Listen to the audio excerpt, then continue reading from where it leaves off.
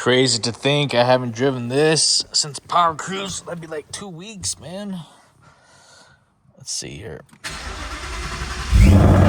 Oh, man. Starts right up. I don't know what you guys and your E85 tunes cold starter can't start up. I don't know. It started up just fine to me. But man, oh man. I need to drive this Mustang some more. Man. I don't know. Still got the fuel strapped in. That's crazy. Of course, we gotta do a couple glory revs.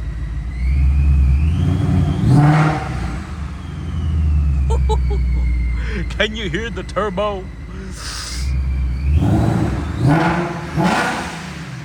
Oh my gosh. Car's still good. Car's still freaking good. So something a lot of people have been asking about this Mustang. These are functioning, yes.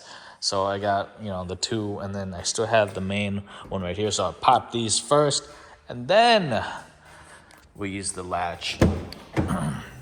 And check this out. Boom! That thing is freaking explosive. Yeah. No, I get a lot of questions about this car, and yeah, it's insane. So, woo! Here's the Mustang ESS G3R. Dude, still on a 6 rib, you guys. All you LT boys out there, Whipple boys out there for these. I mean, everyone's on a 10 rib. 10 rib this, 10 rib that. It's the only way you can make power 10 rib. Dude, we're doing all this on a 6 rib and ESS. Yeah, let's dive into some questions, and now I'll try to answer it. All right, here we go. Question 1, I get probably like 5 of them a day. Literally 5 like a day. Like, it's just comments and messages. Is this car on nitrous or NOS? Or I think it's hilarious when people say, dude, that thing's on NOS. Yeah, it's definitely not on any sort of spray, nitrous, NOS, nitrous express, wet shot, dry shot.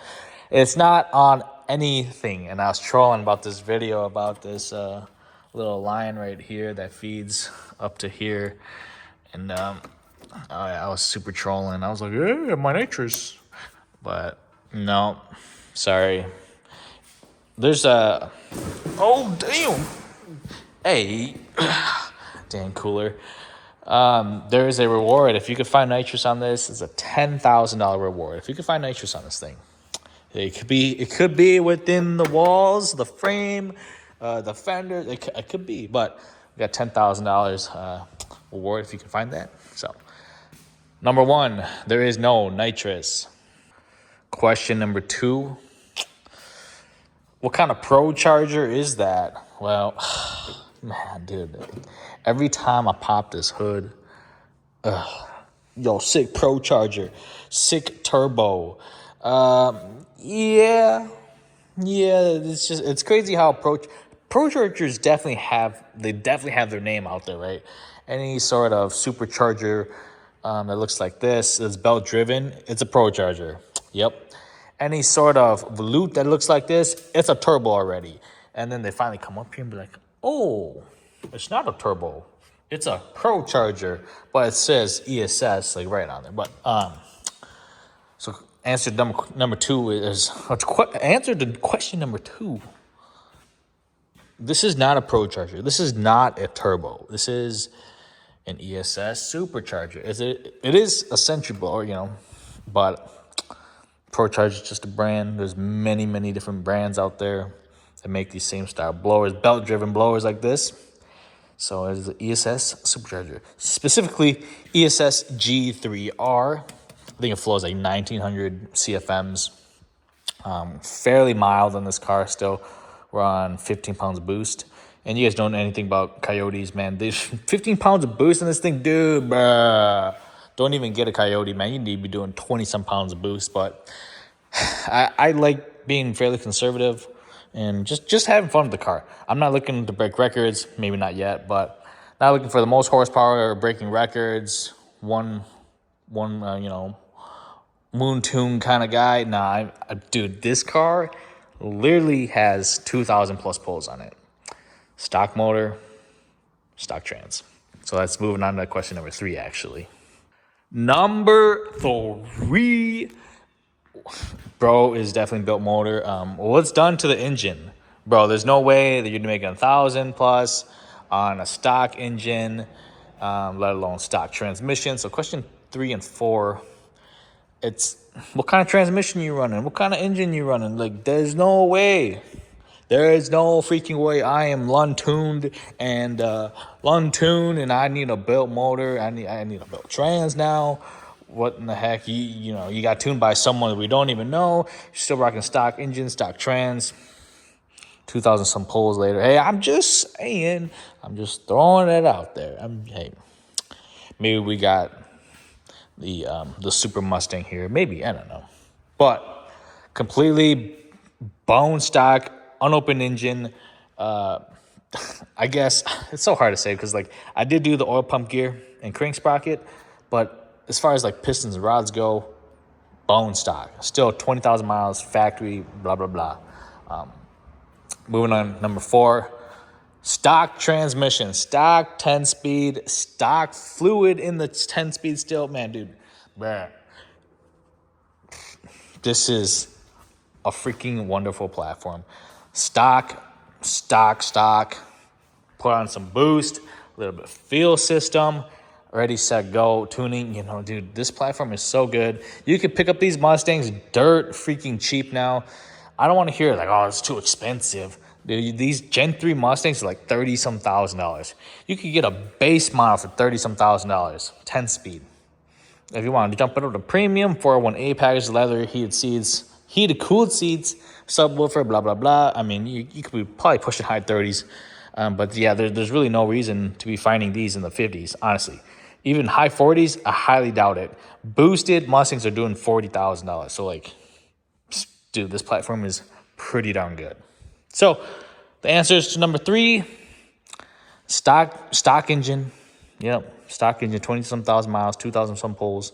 Seriously, if you guys been following the channel for a while, dude, you know this Mustang has been around. I drive to the track, I race it, and I drive this thing home. Like, it's pretty good, I gotta say. Pretty consistent. Transmission, stock. Hey, it's just stock. Well, there's no way it's stock, right? Oh, over 700 some wheel, these blow the transmissions. Dude, I don't know what everyone's doing. Maybe I am not a true racer because I'm still on the stock engine, stock transmission. Maybe, but I can tell you I make over 700 some pounds of torque. Transmission is still freaking good. Dude, I've done a lot of posts. I mean, there's no doubt. I mean, my clutches in there are probably a little hurt, but I mean, it works fine. Why replace it if it works fine, right? I'm still gonna be rocking stock transmission next year, honestly. Maybe, unless I can get a crazy extreme deal, I find crazy amounts of money, rocking the stock transmission. Okay, the last one I'll do today for the 5th question, I get probably the most is what fuel system am I running? Because I've had a ton of issues with 4. And if you look really quick, there's no 4. No 4 regulator, no 4 fuel rails. Yep, no 4 fuel rails. I mean, I do got a 4 gauge. And yeah, so what the heck happened? Let me tell you something. Basically, I was just tired of having issues. And I don't want to say it's an installation error. Because I'm not a trailer queen down the drag strip, back on the trailer, and back home. So I'll probably do a whole nother video of my whole entire fuel system. I'll definitely go more and more detail into my fuel system because a lot of people really want to know what I actually did.